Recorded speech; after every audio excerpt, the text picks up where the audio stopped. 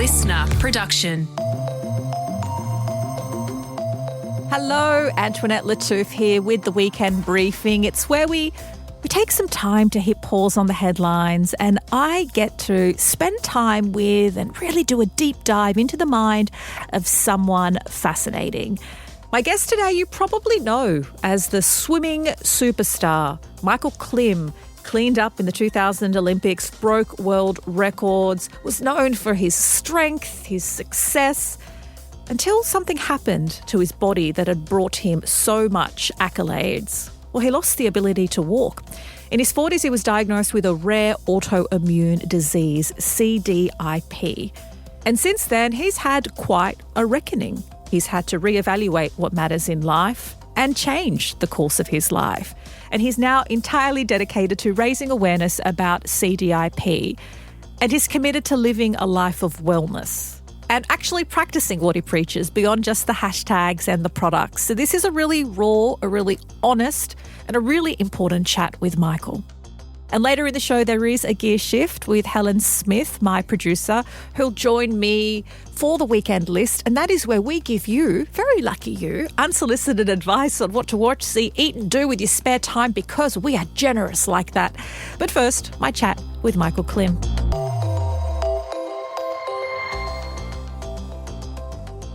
Michael, welcome to the Weekend Briefing. Thank you for having me. It's a pleasure. I really enjoy doing a deep dive into who you are and your background. Like, I'm a professional stalker by trade. And obviously I knew a lot about your wins and your career.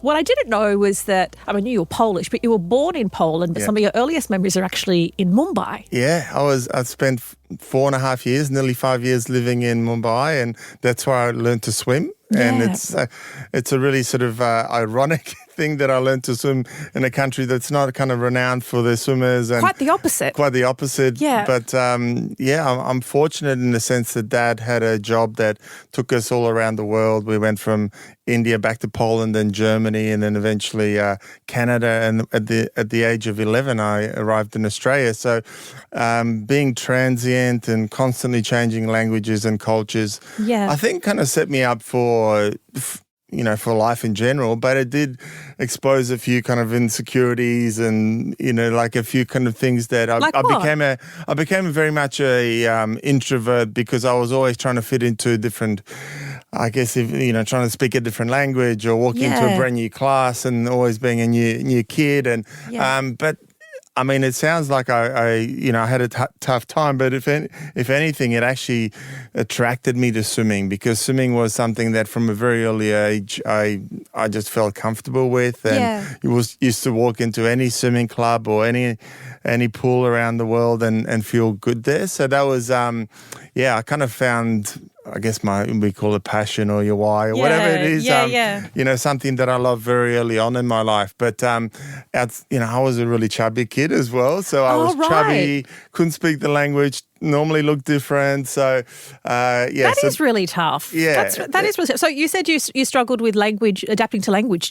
Did you learn multiple languages? Yeah, absolutely. But when you first get there, it's always, you're just trying to, as a kid, you want to fit in, right? And of course, yeah. And I'm so grateful now that I'm able to speak German. I speak Polish at home. Yeah. Obviously try and still polish up my English. And, polish up your English. So who do you speak Polish with? I still speak Polish with Mum and Dad and my sister. Okay, great. So it's and I'm really sort of glad that they kept that as part of our tradition, because it is, and there's no doubt that I feel very much Australian, but there is that Polish heritage that I'm never going to let go of. So you go from being chubby, multilingual expat kid to Australian swimming legend, triple Olympian, and I think was it 18? You were only 18 when you first shot to sort of national fame. Yeah, it was a very sort of quick rise to,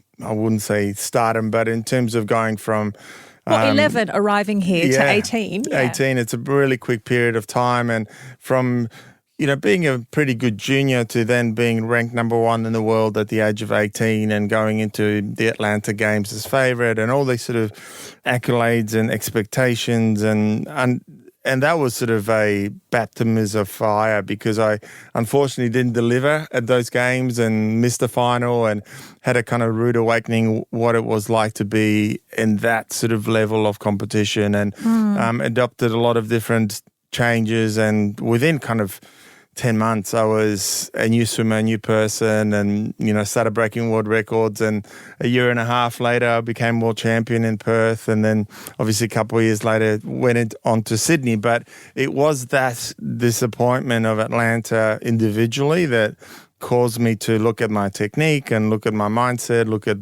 what else I could improve to be a better athlete. And there was a lot.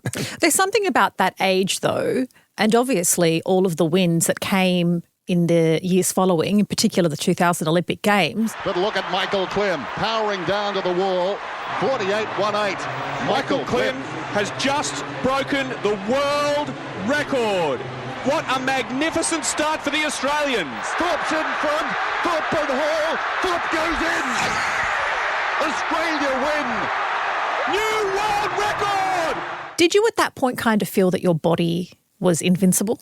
Not quite at the age of 18. I still felt that... Well, you weren't 18 at the Olympic Games, No. though. How old were you? In Atlanta, I was 18. So, and then in Sydney, I was obviously, I was in Sydney, I was 22. Yes, yeah. So, at that point, I felt pretty good. Yeah. After the first night, I felt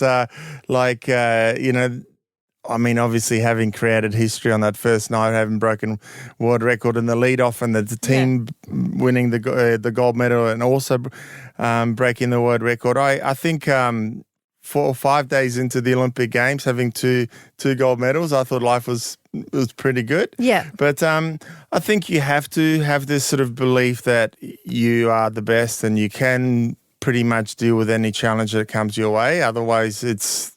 I think that self-belief is so important in sport. And, unfortunately, sometimes that doesn't match with your physical ability, but it is really important that you have that because if you already have doubts getting up on the blocks, you're one step behind. So 2000 was obviously something that's forever in the history books, not only because of your performance, because Sydney hosted the Olympics. 7 years later, you retire from swimming, and just a year later, you launch skincare. So you, I guess, delve into wellness before wellness was a big social media trend. Yeah, at that time, we were metrosexual. Yeah, that was the term, right? Yeah, metrosexual back then. And there wasn't really many male sort of brands, and especially made in Australia. So I had planned for that probably not too long, but definitely prior to retirement. And, creating a brand specifically for men, designed in Australia and made in Australia, making skincare, that routine nice and easy and affordable and accessible I thought it was a pretty easy proposition. And, most of the retailers thought that too. So it really took off. Yeah, it really took off. We launched with Maya, and within a few years, we were in pretty much every major retailer from Coles, Woolies, and all the major pharmacies, including Chemist Warehouse, with fragrances, etc. So it was a very interesting journey, though, because I adopted kind of that same approach that I had in sport, where it was kind of relentless. As I was spending so many hours working on my business, and that almost came first. And but at that point already, I had kids and was married and other facets to my life. So things had to give. And running a business at that level, unfortunately, I didn't have the balance quite right. So what gave? Like for me, my mental health and my physical health, and I think CRDP now is the result of that. Do you think so? Let's, for those who don't know CRDP, because a lot of people know other motor neuron diseases, but aren't familiar with this. Yeah, so CRDP is an autoimmune condition caused by the myelin sheath that's around your nerves that frails a little bit, and it is basically your body attacking itself, trying to defend itself from whatever, we don't know. But it is one of many autoimmune conditions out there, but we don't know why it happens and we don't have a cure. So it's autoimmune, not motor neuron. Yeah, it's autoimmune. Okay. So, look, I suspect that it was caused by stress. It doesn't. Your body definitely when autoimmune, we found that it is your body looks for a weakest point, and maybe at that point that was the weakest part it could attack. And the rate of incidence is around 3 in 100,000. So it's rare, but is that considered super rare?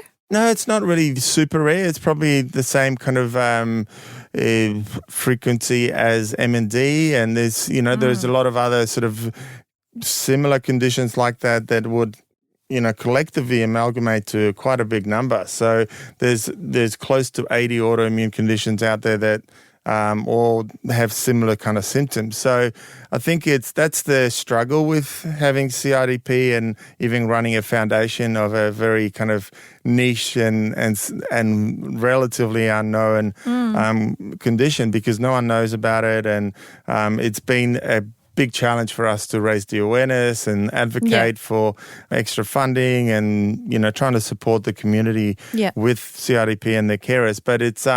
But we've also joined with the National Neurological Association of Australia, where we amalgamate all these I guess unknown condition with some known ones like MS, for example, and try and really sort of do some pledging with the government and some major changing stuff. But it's been look, I've probably preempted the fact that I knew the diagnosis of CIDP, but I was living a pretty intense lifestyle. What do you mean you knew it?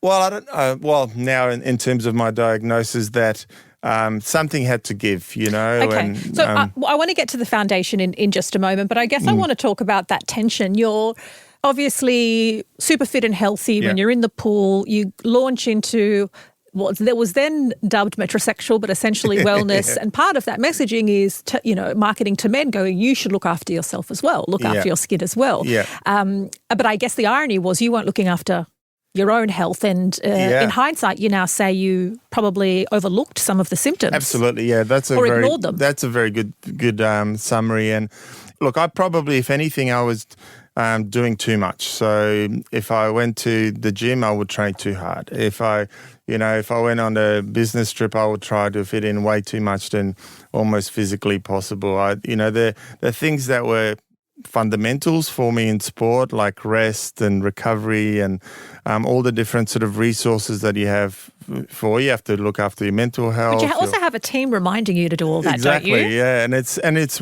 only one purpose. Whereas in business, I didn't really have much sort of knowledge about how to run a team, but also how to, run a business and from a financial standpoint. So all these different pressures came in on my table. And, one thing that I felt that I could overcome those weaknesses was with effort and enthusiasm and perseverance. Pushing. And, I was feeling all these different symptoms in my legs. And what do you mean? Explain those for those. I was feeling sort of tingling in my thighs and numbness in my feet, and I probably didn't give it the right gravity or the right attention that it needed at the time. And we started sort of obviously looking into that, but I wasn't. Now in hindsight, we know that the earlier you can diagnose CIDP, the much better chance you have of either reversing it or stopping it in its tracks. So how old were you when you started feeling the symptoms, even if you were kind of putting them to the back of your mind, to when you actually got a formal diagnosis? Look, only probably within a couple of years before the diagnosis, so not that long. But So you were in your 30s? Yeah, I was in my late 30s. So typically as a male, I had other injuries from a bad ankle that I hurt in my sporting life, and then I had a bad back that I also carried from my sporting life. So, I would just put up with things and take painkillers, anti-inflams, and move on. So I was trying to obviously I was doing a lot of wellness things to look after myself, but I think the weight of expectation and what I was putting on my plate, and it was just too much. So I think that's and then COVID happened, and it was about 3 months after that I was on another operating table and being diagnosed with CIDP. I guess one way to force you to not look away is that this disease hit you really hard when it hit your ability, it impeded your ability to walk. Yeah. I mean, that would be difficult for anybody, let alone somebody whose body was a vehicle for strength and success. Yeah, it was. I mean, it's really hard to put into words because I was in denial and I was grieving, but I didn't know. I wasn't really in tune with my emotions and how I felt, and I was sort of I struggled with the physical aspect of it, which, I needed support if I was going out or, needed people to lean on. I needed a walking stick. You've come in with a walking stick today. Yeah, I've got a walking stick today. I've got AFOs on, which is like a brace for my ankle. So I needed all this support, but I started becoming really sort of resentful about this condition and why it happened to me, what I'd done to deserve it. And it wasn't really until 2 or 3 years into this journey that I started realizing that my perspective is, so important. If I look at it as, being the victim and I've been hard done by, I'm never going to actually move forward and do some, I can actually do some good out in the community by utilizing my profile and spreading the message of the journey that I've had. And it's a moment when my parents and my partner, they sat down with me and they said, who we're looking at the moment is not the typical Michael that we know. I'm used to be very sort of positive and easygoing, active, but I turned into this person that was, I would stay in bed. I wouldn't want to go out. I'd drink too much. I really wasn't active in all different facets of my life. And really, I was almost realizing that I thought that my identity of that person, Michael Klim, the swimming athlete, was gone and I had no other. But I realized that there was more to me as a person and there was other... Who is Michael Klim today? Look, I realised that I've always been a giving person, and not to say, and I enjoy doing what I'm doing at the moment because it's not necessarily helping me, but it's helping others, and it's through my position. Yeah, and I want to ask that, helping and empowering others, does that also help you, whether you realise it at first or not? It's almost a little bit how we used to look at teamwork on the swim team, because we were told, or we didn't have to be told, actually. It was very innate in that you support others because in a time of need, you'll get that support back. And I think I was put in this position for a reason with my notoriety and to be able to speak out about my hardship and the amount of support and the love that I've received from Australians and people with CDIP and others, it's been overwhelming. And obviously when Lifeblood reached out to me and sort of proposed that I'd be their ambassador, because there was obviously a very strong correlation with the treatment that I was receiving, which was blood products and plasma derived. It was just such a strong connection. So that was probably the first kind of launch pad for me to feel like I had another purpose in life again. And so part of that work is also like raising awareness of the fact that for your treatment, which as I understand you require across 2 days every 6 weeks, and that's made up of 32 blood donations, which is about which is about 6 plasma donations. There are many people with illnesses like yourselves or live with disabilities, but not enough donations. Yeah, absolutely. Especially around this time of year. Yeah, this time of the year is tricky because our regular donors, they need a holiday as well. So we do need, we would love to have some new donors come in this period of time, and they will receive actually a special festive bandage after they finish. But it is a time of the year where, you can provide a gift, an anonymous one. You don't know where that blood is going or plasma, but you might actually be able to help someone to spend Christmas with their family. For me, my treatment has enabled to give me my life back, a certain level of functionality, and it's changed my ability to be an active father and run a business and, obviously be an advocate for, many causes. But it'd be great for people that are thinking potentially about donating that it is life-changing. You never know. 1 in 3 people in their lifetime will need a blood product. So where can people go to do this and how long does it take? It takes usually about an hour. So if you go to lifeblood.com.au, I mean, there's 80 different donation centres around Australia. There's one just down the road here. Mm-hmm. You can roll up on the day and find out if you're eligible or not, but you can do that prior to arriving. You can choose if you want to do plasma or blood as well. And sorry, I don't actually understand the difference. Can you explain? Yes. I know you're not a doctor, but if you can explain the difference to me so I can consider my choices. Yeah, absolutely. So plasma, there is a special machine that withdraws your blood, separates the plasma from the blood, and it goes into a separate kind of container. But the rest of the blood is put back into your body, so you can actually donate more often. Your body reproduces plasma really, really quickly.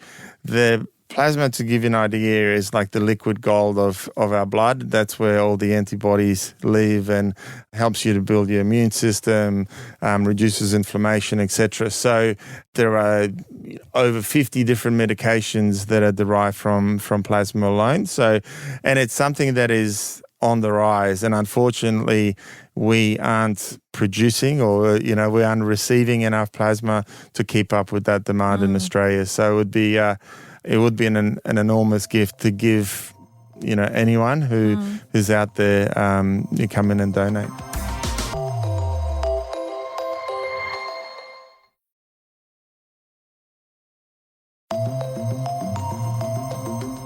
You've launched the Klim Foundation earlier this year, and in part that's to obviously continue your advocacy but also raise awareness about CIDP.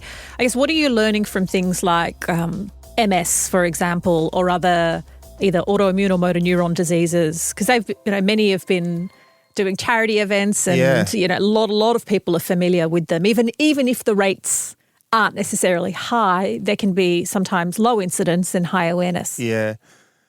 What I've realised that people want connection, and sufferers want to feel like they're not alone. I didn't meet anyone with CIDP for at least 2 or 3 years into my diagnosis. So I did some work with MS, the Mega Swim, which is a 24-hour swim, and I've done work with Brainwave, which is a great charity that helps kids with brain and neurological disorders. So all of these charities try to bring the patients and the carers' life back to as normal as possible. So it might be through funding, it might be through community initiatives, it might be through connection with other sufferers. So and then ultimately we all want to progress to finding cures for these. So I think, but the thing that stood out to me with all of them, there is with Neil Danaher, for example, with the Big Freeze, what he's done has been just extraordinary, but he's been able to share his story and put it out there for the entire Australia to be part of. And I think that's what I'm trying to emulate him. He's been an amazing ambassador for his sort of condition and his charity. But I would love for people to come along for our ride. And it is a huge challenge because, for one, we don't know why it happens. So we need to find out why it occurs first before we get any closer to a cure. But there is a lot of notes and things that we can share with other similar conditions. So it is. I never thought that I'd be in this space, and especially nearing 50 in a couple of years, that I'm more in a life of service and wellness, and I'm definitely adopted those methods or lifestyle methods that I had prior to the business world. But so, yeah. You had to learn to walk again. Did you have to learn to swim again? No, that was always there. Yeah. I wish I could swim everywhere, actually. That would be much easier. But it's actually, swimming has taken a completely different shape in my life. It is almost it is my meditative practice. And I'm fortunate enough that through my business, Klim Swim, I have access to a few different pools, and I normally go in when there is no one there, and I can have a float. And it's almost, I just love the feeling of floating through water and the water going past your ears and those bubble sounds, and even watching your hand move through the water and the tiles on the water, and you occasionally see a little bit of garbage or whatever it is. But it is probably a skill that I'm really fortunate to have, because it's given me so much joy, and it's another way that I'm able to connect with people and teach So, we start our lessons at Clemson from babies 6 months old. So it is something that I love. I've just came from a clinic with Kaylee McEwen on the weekend, and to teach the next generation of Australian swimmers gives me a lot of joy as well. So, yeah, a lot of things are lining up for me at the moment. I'm really kind of inspired for what the future holds, even though from the knees down, I look like a bit of a robot. For those listening to this and who can't see what Michael's talking about, he has one, I don't know the name of it, but... Called it AFO. AFO, and they are like... ankle and foot orthosis. But it looks like a kind of a brace from the ankles up into the knees, and that helps you work. Kind of this strong carbon fibre at the back that is kind of like a fake calf muscle, and I have minimal movement and control of my ankles, so it really helps me to stay upright. I mean, my balance is still compromised, hence the walking stick, but these kind of AFOs enable me to do up to 20,000 steps a day. I can still coach on pool deck and be on my feet and still be really functional. So the way I look at things, and we want to not only through the foundation, but even there is so much development with these special kind of devices that in the future there are robotic ones already, mechanical ones. Oh, okay. And so they're going to be on your kicks in no time. Yeah, well, Nike has actually recently developed one that is their shoe that has got this AFO built into it. But yeah, who knows? So there is obviously progression, but what we want to do, not everyone is in a position to have access to these AFOs, and NDIS has its limitations. So we obviously will be trying to support patients with that as well. And there is also a new skincare range that is working in tandem with the foundation. How does that work? Yeah, so Klimmer is actually my grandfather's surname. Klimmer was, so Klim with an A on the end. My grandfather was in the prisoners of war camp and they were getting his certificate, and I think the clerk just forgot to put the A, and at that time that was the only form of ID that he had, and so he just didn't bother sort of going back and and correcting that. So Klima actually also means change and climate in German. So it actually fits quite well for a skincare brand. For me now, life is all about adaptation and really wellness and evolution, and and water is still a big part of it. So I'm going to head back into the skincare world, and I really sort of I'm looking forward to it, and very much through travel and wellness. So Klima, we've launched already with an amenities hotel range, very much wellness driven and wellness focused, and proceeds from that will be going towards the Klim Foundation as well. So trying to do most of my businesses with a certain philanthropic angle, and that hopefully connects everyone else out there that they can, in a small way, help people with CDIP as well. Thank you. Thank you so much for your chat. And I'm definitely going to go. Can I give both my plasma and my blood? You can just give blood, then we'll keep it both. Okay. I'm going to do that. That would take be it awesome. all. Take it all. Thank Thank you. you. That's Michael Klim. If you want to find out more about the work he does, head to the Klim Foundation. And as he mentioned, if you have the capacity, consider becoming a blood donor, because a lot of people could benefit from what many of us take for granted. It is time for the weekend list, your go-to guide on what to watch, see and eat and do, because Helen Smith and I love to give you unsolicited advice. Helen Smith, what have you got? My recommendation is the two-parter Secrets We Keep Uncovered episodes about how undercover police radicalised an autistic child. So we played part 1 in our feed last weekend on the Sunday bonus, and part 2 is out now. And I could not recommend listening to the chat enough. It's so unbelievable to hear that this has actually happened. So it's a 2-part chat, and it's with one of our journalists, Joey Watson, and it's been produced with the investigative team, including... He's so great. Oh, he's so great. It's been produced with Claudiana as well, who was amazing. And Joey speaks to the parents of, we're going to call him Thomas, who's a young teenager with autism who was radicalised by covert Australian Federal Police operatives. which is that even that sentence is just insane. Wild. And he was later charged with terrorism. So his charges were dropped by the federal court, but it takes you kind of through this whole journey. It's one of the first time that Thomas's parents have actually spoke publicly about the systematic gaps that allowed like a vulnerable young boy with autism to be put in this situation. They talk about how they actually reached out to authorities for help and then this happened. So it's honestly such an incredible chat, the part 2, part 1. Go back and listen to part 1 if you haven't. It's in the Secrets We Keep feed. So Secrets We Keep Uncovered. If you just Google that anywhere, it'll come up wherever you get your podcasts. But it's such a good listen. It's so important. And it's crazy. It's crazy because you think that they're going to help. Yeah. And then, but it's quite powerful to listen to. Yeah. There we are. So that's my recommendation. Okay, so my recommendation, all my recommendations make me sound like such a nerd, which I am. One of my favourite websites, and I subscribe to their newsletter, is The Conversation. I love them. But I'm obsessed because all I ever want to read about is new studies. And so if you aren't already familiar with The Conversation or you come across it, the entire remit is that all of the articles are written by academics who have expertise in that subject matter. It's usually new research. It's not always new research, but it's usually new research or they're commenting on something new, but against the backdrop of their own body of work.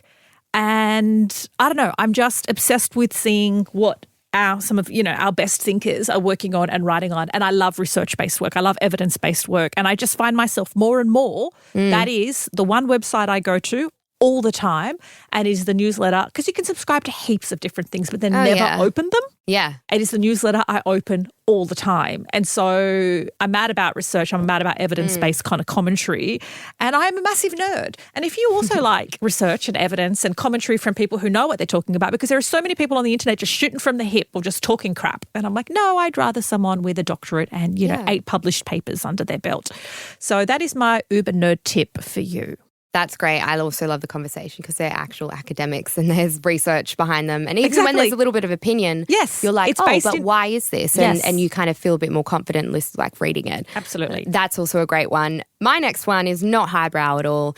It's a pantry meal that I've been kind of running to when this time of the year is so busy and also expensive. So 2-minute ramen noodles. And what I'm doing, I'm making them a little bit fancy. Okay. I'm putting dried shiitake mushrooms in them. So you can get those for a couple $. Yum. You can get some fresh bok choy or even just like chives or something. Yeah. But bok choy, pak choy, Chinese broccoli, just from Coles, Woolies, wherever you go.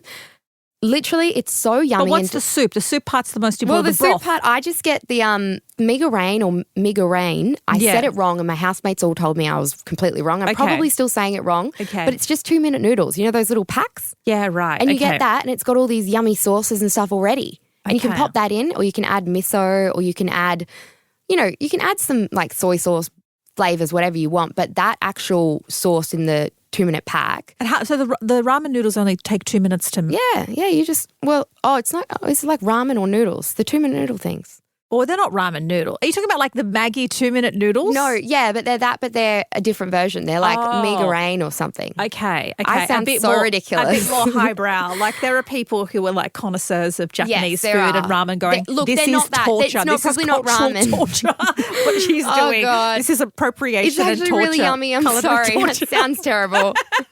Okay. Oh, God. Sorry. This is way too much judgment and commentary from me. Okay, no, it is. I'm pronouncing it wrong. I'm not even calling it the right thing. You're right. Terrible. You're right. Oh, God. Okay. But it's yum. And are you going to have something that is a bit more coherent in the show notes for people who want to put this together? I'll put it together and make it sound way better than I just said. Okay. And how long does it take to make? Well, probably 5 minutes. 5 minutes. And do your flatmates say it's delicious too? Well, I haven't made it for them. Okay.